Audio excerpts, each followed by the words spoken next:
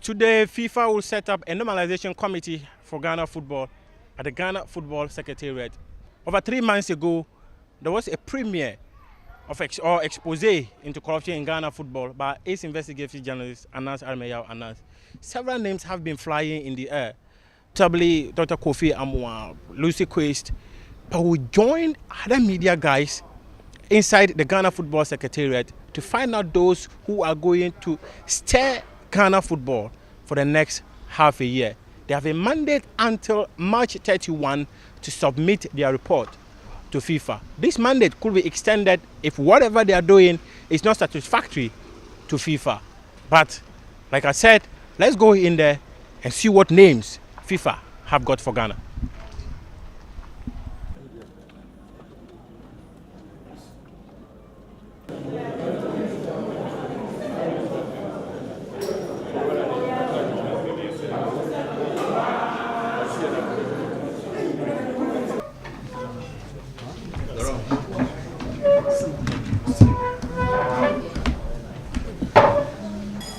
I would like to thank the government of Ghana for the collaboration in this issue. As you know, all starting with the corruption allegations within the Ghana Football Association. Both President of the Republic of Ghana, the FIFA President, committed to work together to offer leadership in reforming the administration of Ghana Football Association. FIFA, after consultation with the government of Ghana, the CAF, in accordance with its statute, decided to establish the Normalization Committee and appointed the following person as member of this committee. Dr Kofi Amoah, President of this committee. Mr. Kofi is here. Lucy Quist, Vice President of this committee. And as the members, we have Naa Odofoley, Miss Naa Odofoley, sorry. Then we have Mr. Dua Adonten. The rest, this list will be completed in due course after consultation of the, again, the government of Ghana, CAF, together. Now I will pass the floor to my colleague, Luca Nicola, who is the head of governance in FIFA, to briefly give you the mechanism of this committee of normalization. Please, Luca. Thank you, Veron. A very good afternoon to all of you. I will just provide you with some more, let's say, practical aspects in relation to the Normalization Committee. As you know, the 4 members will assume their functions with immediate effect. However, we need to remind you that their final confirmation remains conditional upon the successful completion of an eligibility check that will be carried out by the FIFA Review Committee. That's an independent committee within FIFA. And this eligibility check will be carried out in accordance with the FIFA governance regulations. We would also like to stress that for the duration of the Normalization Committee's mandate, FIFA retains and reserves its right to revoke the mandate of one or several of the members of the Normalization Committee and/or to nominate additional persons. Obviously, such a move would have to be motivated by due reasons. As you know, the mandate, and that has already been communicated a couple of weeks ago on the 26th of August 2018, the mandate of the Normalization Committee will include... Should I take this call or? Good music. The mandate will include the following 3 main tasks: to run the GFA's daily affairs, meaning that the Normalization Committee will act in place of the GFA Executive Committee with the same rights and obligations. So the Normalization Committee will have a supervisory and strategic role to play. Secondly, to review the GFA statutes to ensure compliance with the requirements of FIFA and to ensure that the necessary reforms are being implemented. And thirdly, once the GFA statutes meet the requirements of FIFA, to organize and conduct elections of a new GFA executive committee, obviously based on the new revised GFA statutes. The Normalization Committee will also act as an electoral committee whose decisions are final and binding, and none of its members will be eligible for any of the open positions in the elections under any circumstances. The specified period of time during which the Normalization Committee shall perform its functions will expire once all of the above mentioned tasks, the 3 tasks, have been properly fulfilled, but by no later than 31st of March 2019. That's the time frame that was set by the Bureau of the FIFA Council in its decision on 26th of August 2018. The Normalization Committee will obviously be in close contact with FIFA and CAF, but that contact will be on a very regular basis. But formally, the Normalization Committee will have to submit monthly update reports to FIFA and CAF for our consideration. Lastly, and that was also part of FIFA's decision to establish a Normalization Committee, a forensic audit of the GFA's accounts will be carried out as soon as possible, and obviously in collaboration with the Normalization Committee that was just nominated. That's all. Thank you very much. Thank you.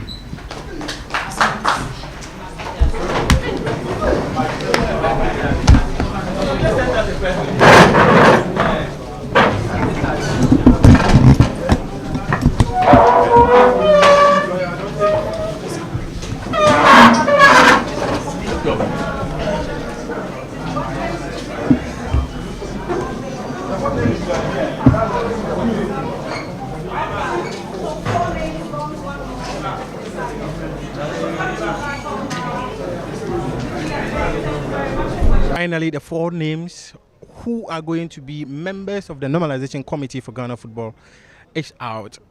Were you surprised? No, I mean, some of the names were a bit surprising. We didn't expect Lucy Quist to be in there. We didn't expect Ms. Nole to be in there from the Attorney General's department. But they are in there as well. Adonten, not really surprised because he's a football person. He served on the Kotoko Board level before. For Dr Kofi Amoah, nobody was surprised that his name was in there. It almost looked as if that he's being positioning himself for this particular role. So, and he's already been with the liaison team, so I think that he already has an idea of how this works. So I think that's a good thing. So on stability there.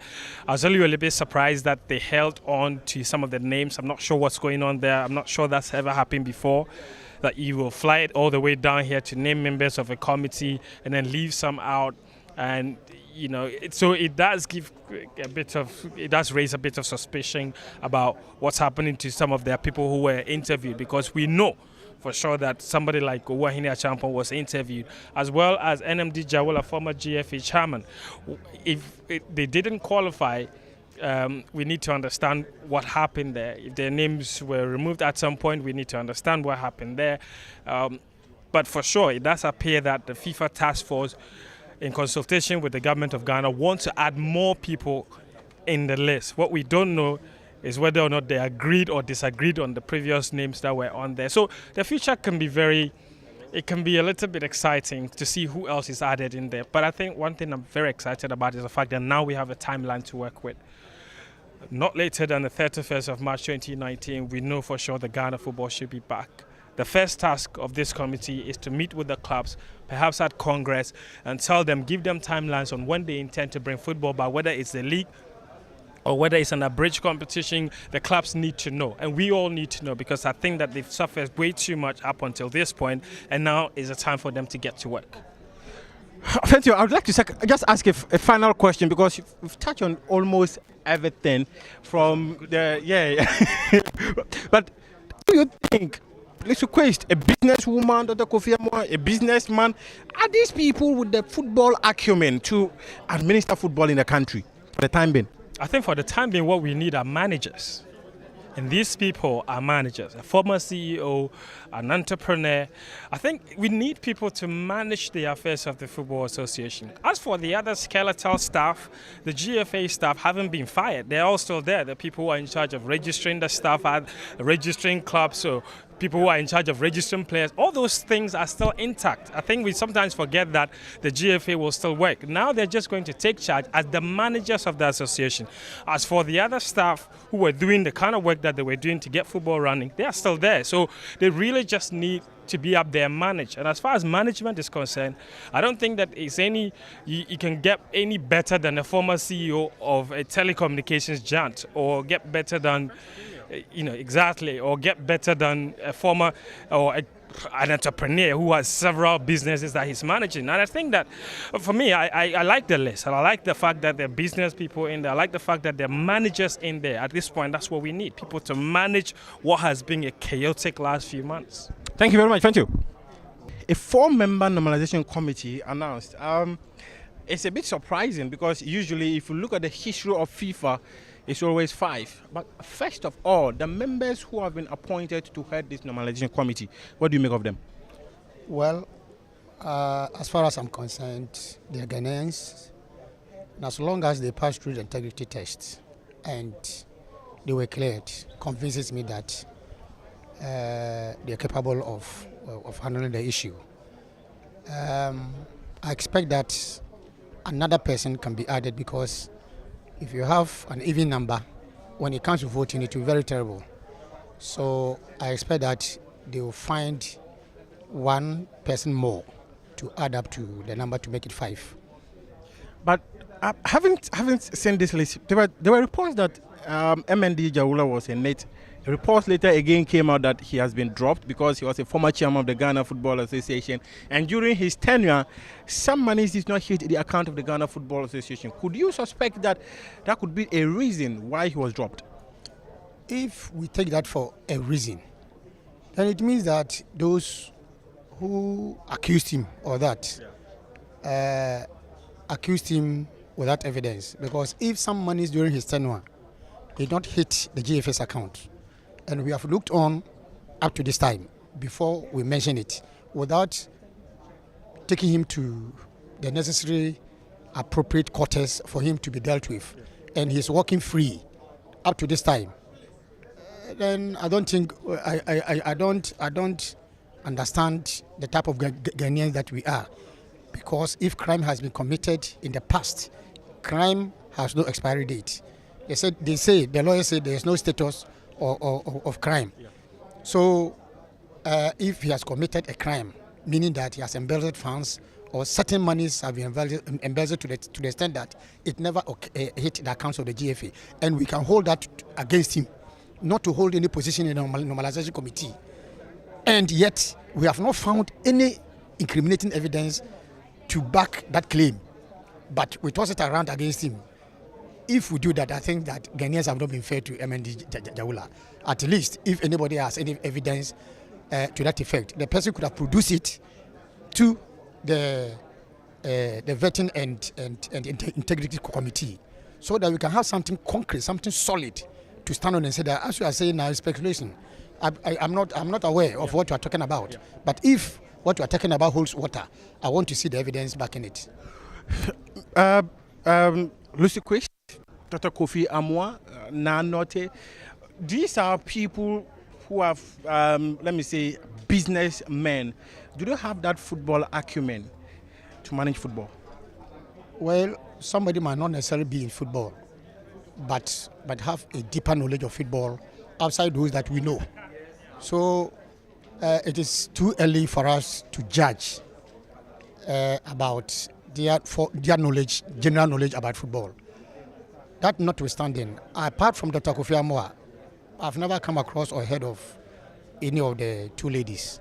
But I believe that they picked those two ladies because when it comes to integrity, we know that normally our ladies hold higher integrity than our men. I stand for correction in a way. But I believe that with their knowledge, I understand both of them are lawyers, with their knowledge in the law, and mind you, they are going to normalize everything, including the reforms. And lawyers are better placed, as far as formulation of a legal regime is concerned. So I believe that their moderating influence being women in the first place, again, being lawyers, knowledgeable enough, will bring to the fore. Dr. Kofi Amoah is not a lawyer, he is a businessman. Yeah. So I believe that with a businessman and a lawyer, Dua Adonten also has been a long-standing football administrator. Yeah. So maybe the four of them, with their background, would conspire to give us a very cool regime in the normalization process. They say up to 6 months. I believe their work is cut out. I don't even believe that they have to exhaust all the 6 months. Yeah. It should be pretty early enough. Return football back to Congress. Let us elect our executives, leaders, and then football will be quickly, ushered in again, and then everybody will be happy. Thank you very much, Maxwell. Thank you. It's been 99 days since its investigative journalist Naa Odofoley premiered his work on corruption in Ghana football. 99 days down the line, a FIFA team and a CAF team were in Accra to set up a normalization committee for Ghana football, headed by the liaison team, Dr Kofi Amoah, who is going to be president of a 4-man normalization committee, and Quist, formerly of Airtel Ghana, the vice president of this team. Also on the list is Naa Odofoley Nortey, who is also a member of this committee. There's been an exception for the first time in FIFA Normalization Committee, as this team decided to name a 4-member committee. Earlier reports had Mr. MND Yawula, a former chairman of the Ghana Football Association, on the list, but nicodemously, his name disappeared when the team sat before the Ghanaian media to announce the team. There have been several questions in the minds of so many people as to why a gentleman who has headed Ghana football before has had his name dropped from the list. People say it's political, but the excitement all over here is that football will finally return. It's been 103 days without football in this country, and for clubs to finally return to the pitch is a major winner for Ghana football rather than people who are making the normalization committee. From the Ghana Football Secretariat for Quist Sports, I am Muftau Nabila Abdullahi.